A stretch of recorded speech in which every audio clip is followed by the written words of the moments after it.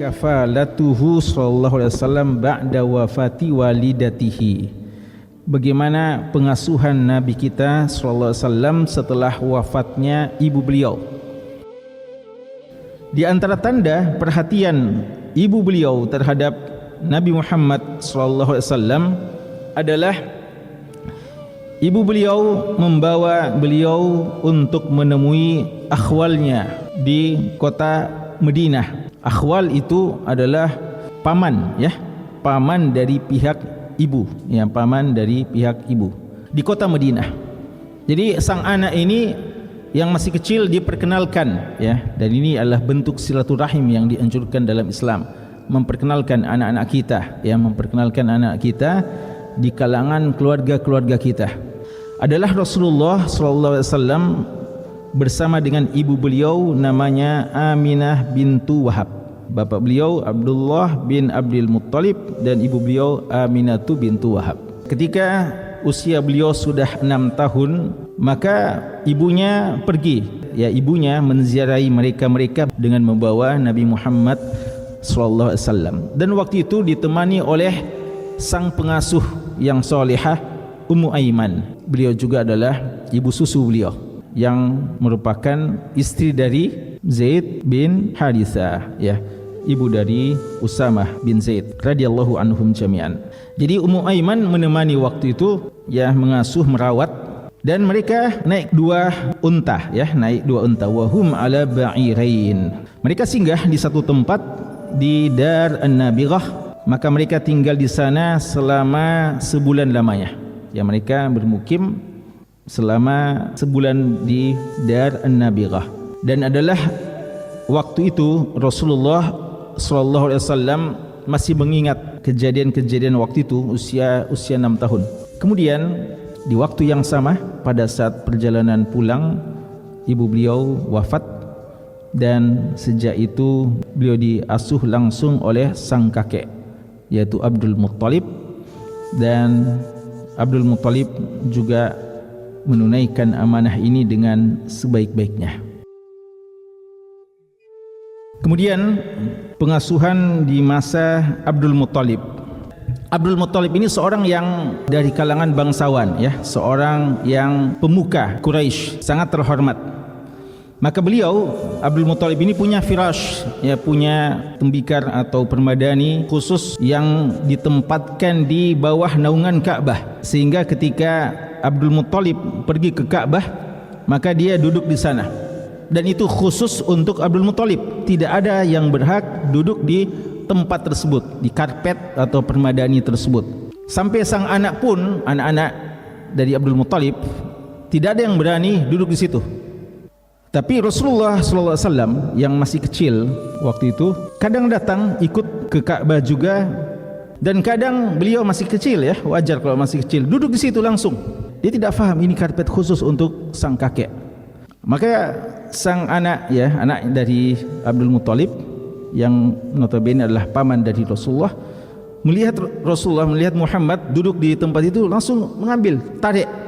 Tapi bagaimana tanggapan dari Abdul Muttalib?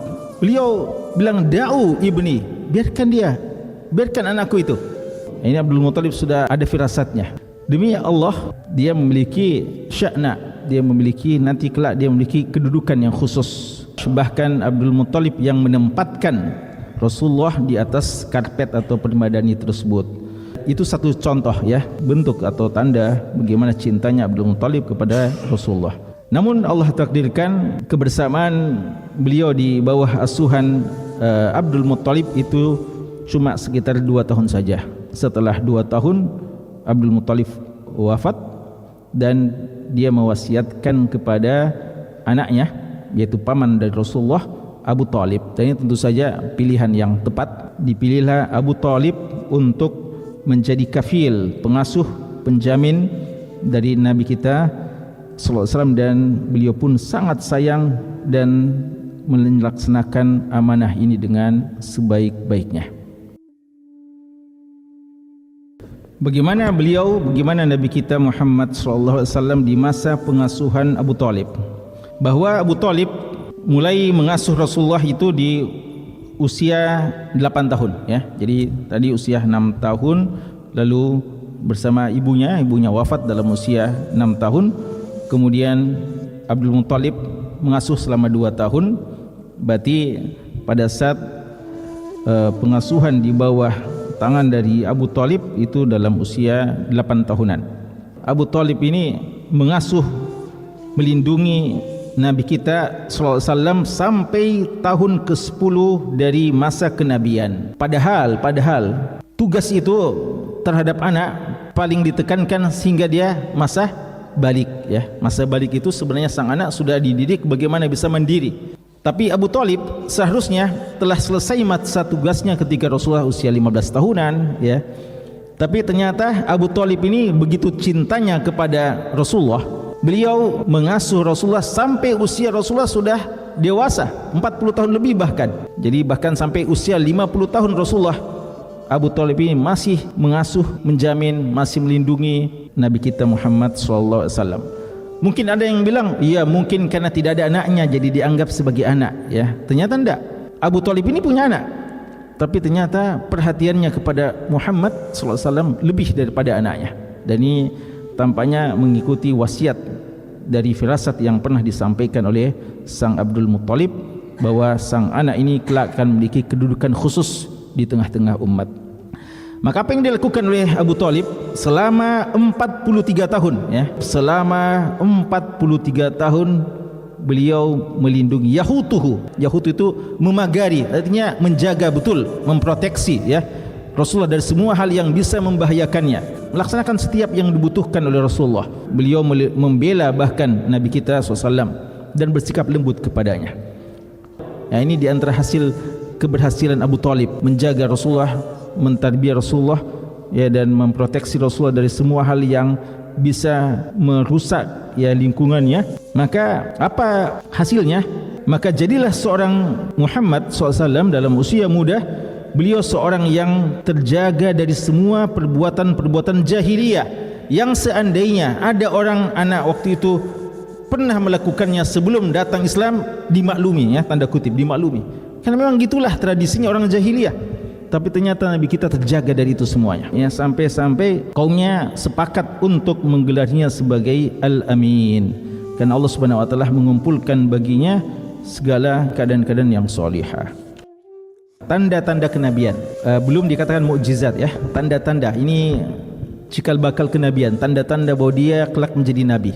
Biasanya disebut mukjizat itu atau ayat itu kalau sudah menjadi nabi ya.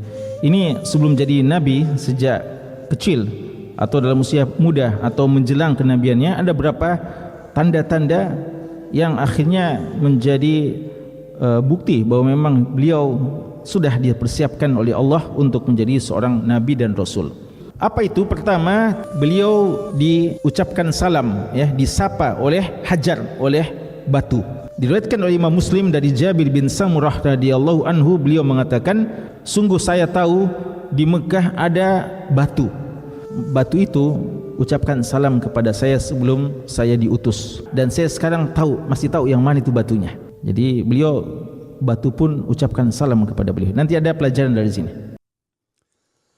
Pelajaran kedua, bahwa mimpi bagi para nabi adalah wahyu.